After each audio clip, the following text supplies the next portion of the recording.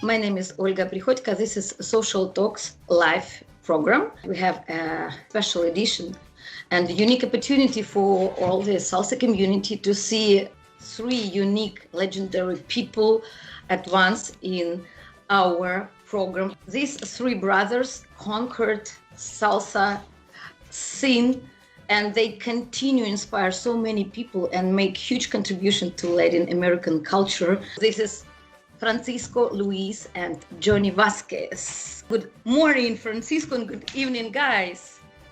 Good evening, and hi everybody around the world. Hi Olga, it's a pleasure to be here. It's a pleasure to be here with you once again, and with my brothers. So this is a special edition, like you said. Well, thank you, Olga. Thank you for the invitation. You make me happy because I wanted to be in one of those in your interviews. So finally, thank you for inviting me. Thank you for inviting my brothers, and I'm happy to be with all of you. Thank you. First question is to all of you, but I will ask first Francisco.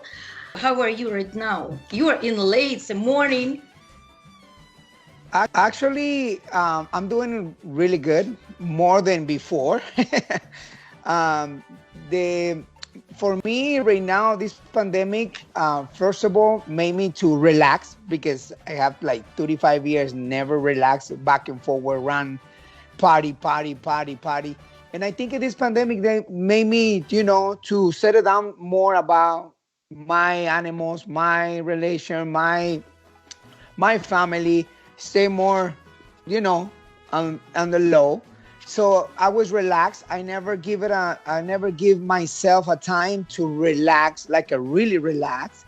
I go to sleep more. I sleep more. I'm more healthy. Even I don't dance it right now. I lose so much weight. And Wow.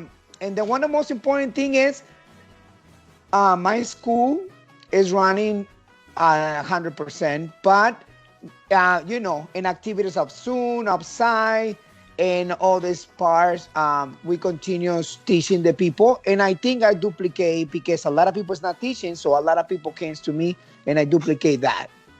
So Luis, how about you? Hello, Sweden. Yeah, everything is Sweden is being criticized about because we didn't lock down and all that here, but it's pretty good. They have some restrictions. They just had some restrictions last month. It was the first restrictions that they had, like no more than 8 people in the classes. But before that, it was no more than 50. So for the classes, I was fine. But now, since a month ago, they say no more than 8 people. Plus, for me, this week, it was the last classes because of Christmas and everything. Yeah. But the problem is that we don't know when we're going to reopen the classes again. So that's really the problem. And economically, for all the dancers in the world who understand this situation, it's been very difficult. Thank God that we're in a country that the government helped somehow, but it's just to live day by day, but not to save money, to go and visit the family, to do all the things that you want. So it's been really, really difficult for me and for my dance school.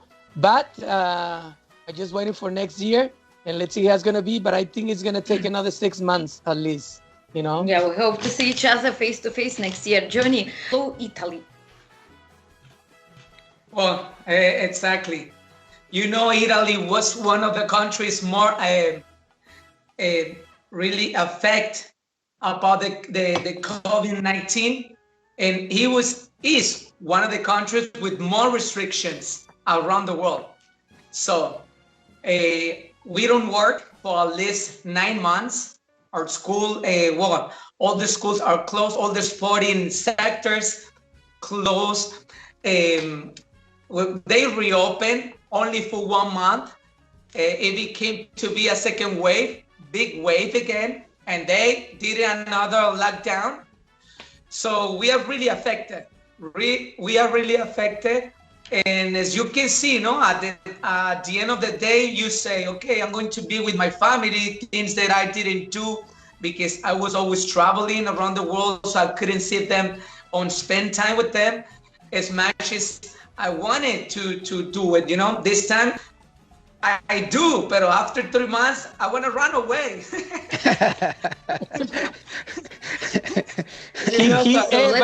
But you know what? I love my kids, but sometimes like, wow, I want to run. But you know what? Actually, we're used to run away because, we're from Mexico, so we were running from the police all the time, so we're used to it. But talking about the lockdown, we don't know. It's yesterday we had a new decree, new rules, and the government, they not even know what they're gonna do. They say they're gonna close on Christmas. They're gonna open 2 days after. They're gonna reclose on New Year's Eve, and they're gonna open 2 days after. They're gonna close. I don't know if they're smoking some weed or something. I don't know. I think so. Can I tell you something, guys? Yeah. Here's the same thing. The governor, he say, oh, you have to not be more than 4 people of your family, and imagine you cannot sing. You cannot he sing. can go. You cannot sing. Sing like hallelujah. No, nothing. You cannot do that. So you cannot do nothing. So the thing is, they can do it. But I don't understand. I just want to understand one thing. Why, if it is so daily, why on the governments around the world, they haven't have a case of death? They're all the governments around the world, they're so old. They say for the old people, and they haven't died. I don't understand. It is true, because if you see my brother Francisco is still alive, really old. But you didn't change, guys. You didn't change. I met some of you many years ago. The only thing is, for me, it's like coming back to teenagers if you see me. You look good, brother. Eh? No, I'm going to tell you, you look good. I think Thank you, carnal. This is helping us to relax and be more calm and be with the family and everything. And really, I can see I see my brother a lot better. And I feel much better. Even I gain a little bit of weight because I'm cooking all the time and everything. But one of the things that it made me realize that even if they reopen again to travel, I'm not going to travel as much. And I'm going to concentrate more in my dance school and other things. And I'm not going to be traveling as much anymore as before.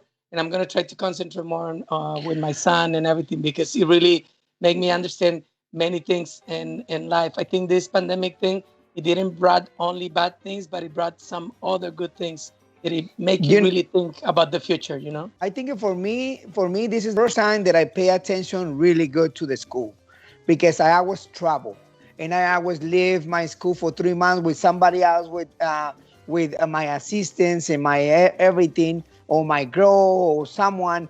But I was someone in charge of my school. So this is the time. This year, I was the one who really runs the school the way I was supposed to.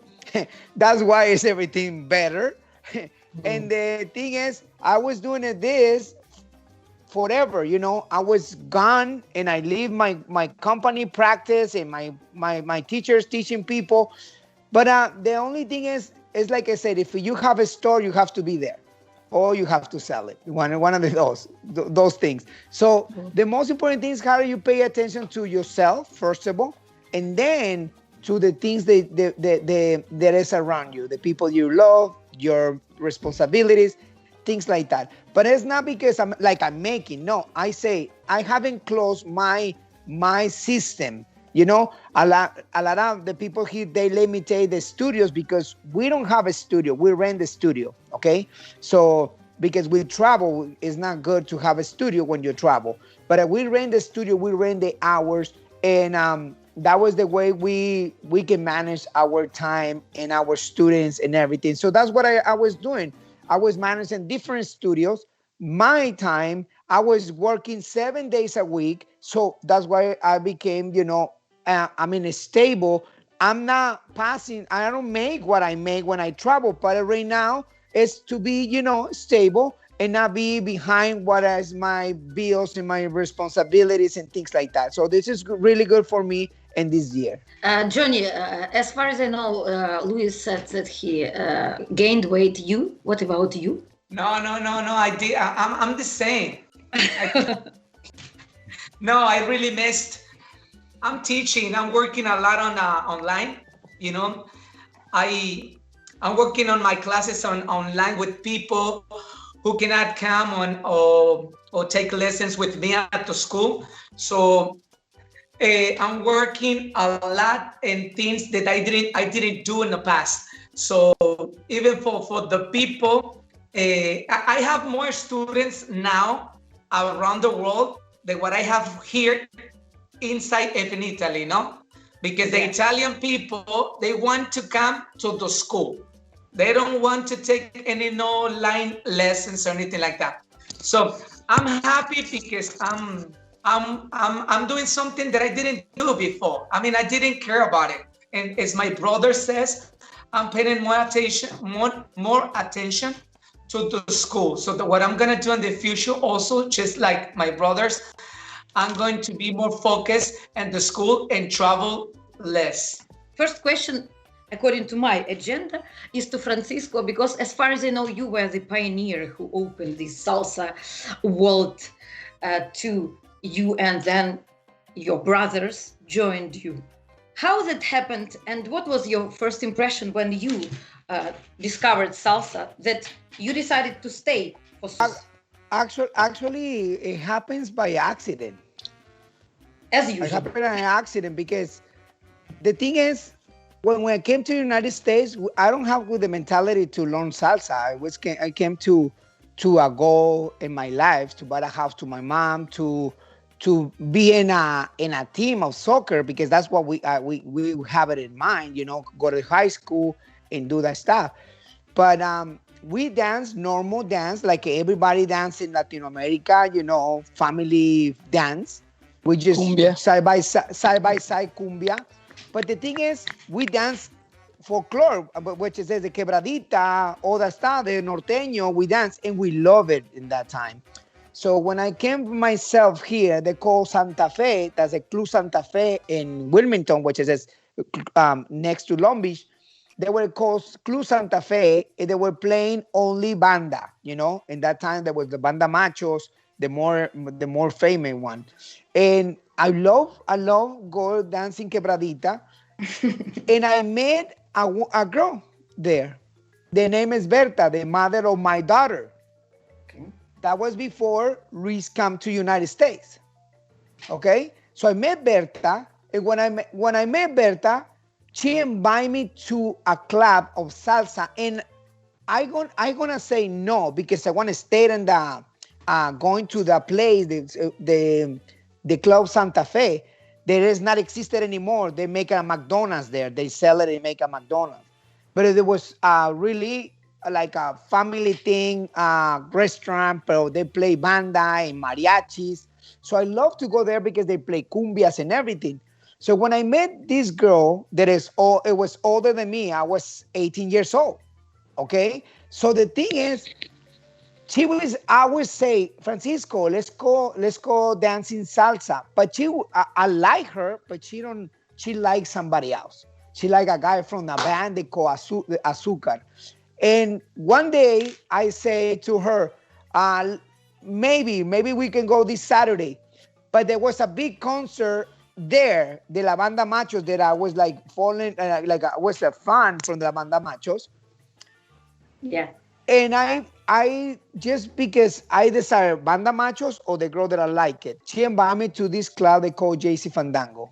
As soon as we get to JC Fandango, that happens to my brother Luis, to my brother Johnny, almost the same story, but now they can tell you. When I get to the JC Fandango, I remember she said, you have to be dressed up. So I buy a jacket from Goodwill, second hand.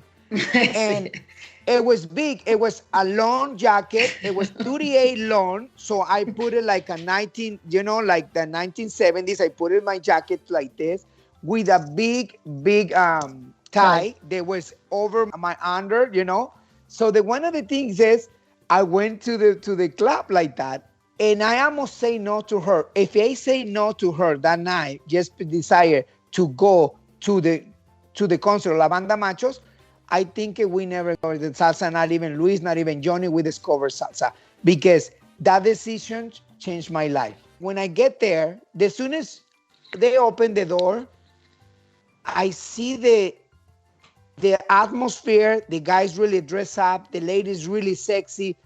The band, it was magical. It was like a movie. And she said, wait for me here. When I was entered to the club, she said, wait for me here. She never returned. She goes to the back of the guy, of the stage, because she wanted to talk to the conguero. That was a guy from Grupo Azúcar. And I stay right there, and a girl came to me. The name is Rosie. Rosie, she is a Mexican. She's a Mexican, and she was dancing Puerto Rican style in Maruja. But the thing is, she was I did not even know what was the two people, the Puerto Rican style, because there was no New York style there. There was two people, the Puerto Rican style, because there was the people from the military. They come to that club. There were a lot of Puerto Ricans. It was like a little group. So she was with them, and I was like, she's like, you want to dance? She asked me. I not even asked, and I was like, I don't know. I know how to do cumbia, but because I was have the rhythm of quebradita and all that stuff. She started teaching me how to dance, but I couldn't get the step that she wanted me to do.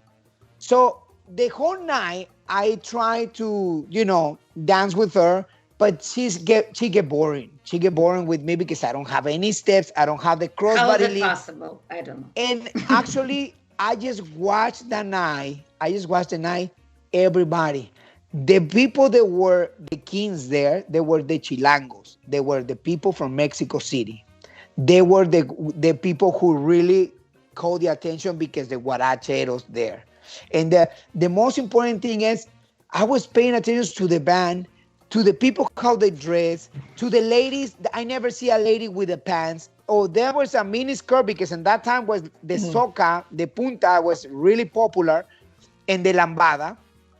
So when I was there, I was like, wow. The guys, some guys with hats, some guys really dress up. Some ladies, they were like amazing. Right now, I can see that every single day that I was in the club. I wish have that scene every day in a class because everything changed later. But that was the way I started to introduce myself to the salsa world. I not even know that I'm going to learn it. I not even know that I'm going to have a style. I not even think about nothing. I just wanted to learn to dance with the beautiful ladies there. They were amazing. So, okay. You know who introduced my brother Luis and the salsa world? Myself. I take it to the JC Fandango for the first time. Him and Alfredo Piceno. They don't want to go because they were a new waivers. They were dancing like a new waivers, like a chafo, the chafo part. Now the chafo, the new generation, they call chafo, but there was a new waivers before. So they were dancing kind of rap thing, and I invite him and Alfredo, and he was with his girlfriend, and he's like, hey, I remember he's like, that's for all men, that's for all people. And I said, come on, you're gonna like it. And then I give my jacket to him in a tie. And actually, he put my shoes, but I always be a little bit bigger than him. He put 2 socks inside. So I don't know if he remembers, but honest to you, I was the one who bring my brother there because actually all my brothers, I always introduced it to the salsa. My brother Arturo, Johnny, my sister Yvette, everybody I introduced it to the salsa. But the thing is, it was if he say no, he was not a Luis Vazquez because that day he changed his life. So you can tell the story. Everything happens for the reason. So Luis. Well, now he answered for me. No, but what was your first? No, but you told your what was your first? Well, like he says, it was the same. It was really. I mean, I walk into that club. It was magical. It means for a young kid, because I was the same because he started dancing before than me.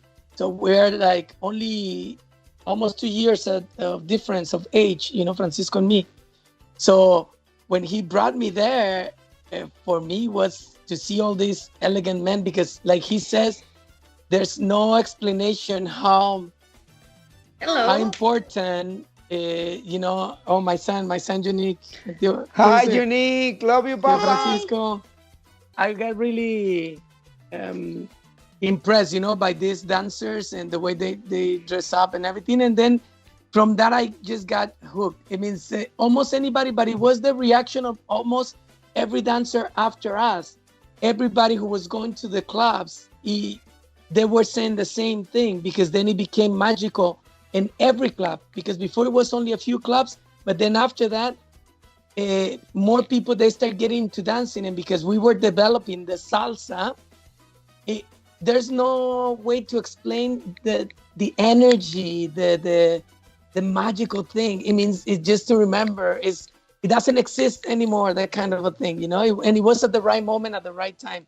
So when my brother really invited me, it really changed my life forever, So it was really cool. Then until now, I tell the people, you need to experience this, because some of the people, they have almost the same kind of reaction in a different way from all over the world. When I travel, they tell me, oh, I remember when I went to my first club and I saw these instructors, and then they tell me, oh, we got inspired by these guys, by us or whatever.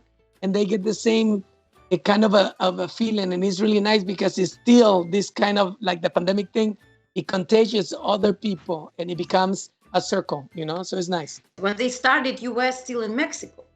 I do. Yeah. No, I moved to the United States when I was a little bit older. I was like, I went to Texas first. And I was almost like 12. And then I was in Texas for like a year and a half with my old sister. And I came back. I really didn't like it a lot, Texas. And I moved back to Mexico. And when I moved back to Mexico, well, I got into bad company, really? Not good friends and all that, and all those things. My mom with a lot of kids, I mean, my dad working, my mom at the house, she couldn't like be behind, take care of all of that. I mean, it was hard. And then we were not a good kids. We were like really hyper kids, So yeah. being on the streets first, playing football, soccer, and that's when you became to meet not the right people. And then I started doing not good things. And in all my interviews, I always say, I went to the reformatorio. It's like a prison for young people before they become adults. I see. Yeah, it's a place that they take you there so they can become better. Mm-hmm. Yeah, for a couple days. Yeah, a couple of days. Yeah, but it feels like a couple of years when you're there. Exactly. So yeah. My mom, one of my nephews got involved into a shooting thing of one of my best friends, and that's when everything happens. So it wasn't a good year for me, and I was only 14 years old. That's when my mom calls my brother Francisco and says, you know what, if you don't take your brother to the States, or he's gonna be in jail for life, or he's gonna get killed. And that's when my brother Francisco went to Mexico and took me to Los Angeles. And I mean, I wasn't really interested in salsa. So he was like my dad, He subscribed to me in high school and everything. So he was dancing. They were already popular in salsa. They were really young. But I wasn't interested. I wanted it to be a soccer player. So if I wanted to be on a team, on a varsity team on high school, I had it to be a good student. and to do all my homework and everything. So only because of that, I was really into it on high school because I wanted to play. But you know what? It wasn't for me because to make a shirt, if I didn't make salsa, Johnny Vazquez didn't exist. And my brother Francisco, yes, he introduced me to salsa, but Luis teach me my first basics and at the Dance Factory studio when they were teaching. And that's it. One day, my brother Luis took me to a party of one of his students. She was drunk. I didn't know how to dance. And because it was the little brother of her teacher, she grabbed me to dance in the middle of a circle because she was doing her birthday. When she saw that I didn't know how to dance salsa, because I didn't know at all. After like 30 seconds, she came to my ear and, she whispered to me and says, when you learn how to dance salsa, we'll dance. He left me on the dance floor and went to grab another guy. For me, it was really embarrassed because it was not my world. I didn't know anything about salsa. I knew my brothers, they were popular, but I didn't know how popular they were because I was young and you can go to the club after 21 over. So I really feel really bad that day. And I still remember the club, but you know what? After that, a year and a half, almost a year after, I was champion of the world and professional division of the Mayan Club, the biggest competition, international competition around the world, because back then it wasn't no competitions. So thanks to that group and thanks to my brothers, Francisco and Luis, I am a salsero.